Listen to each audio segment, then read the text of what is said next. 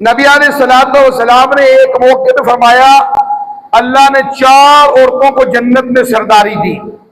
ایک فرمایا آسیہ سلام اللہ علیہا، حضرت مریم سلام اللہ علیہا، حضرت خدیجہ سلام اللہ علیہا، اور چوتھا فرمایا فاطمہ سلام اللہ علیہا جو میری بیٹی ہے۔ ان 4 عورتوں کو اللہ نے جنت میں سرداری دی۔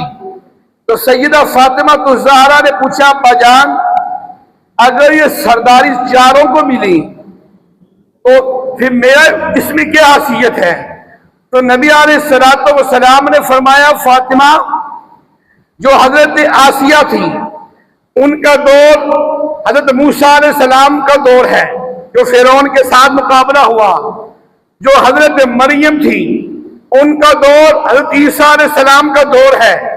جو حضرت خدیجہ تھی وہ آپ کی والدہ تھی، ان کے بعد آپ پیدا ہوئی، ان کا اپنا دور ہے، آپ کا اپنا دور ہے، مریم سلام اللہ علیہا کا اپنا دور ہے، حضرت آسیہ کا اپنا دور ہے۔ وہ اپنے دور میں جتنی عورتیں تھیں ان کی جنت میں سردار ہے۔ آسیہ اپنے دور کی عورتوں کی سردار، مریم اپنے دور کی عورتوں کی سردار، خدیجہ اپنے دور کی عورتوں کی سردار۔ فاطمہ تیرا مقابلہ کون کر سکتا ہے؟ اور تو قیامت تک آنے والی تمام عورتوں کی جنت میں سردار ہے۔ تیری سرداری کا مقابلہ کون کر سکتا ہے؟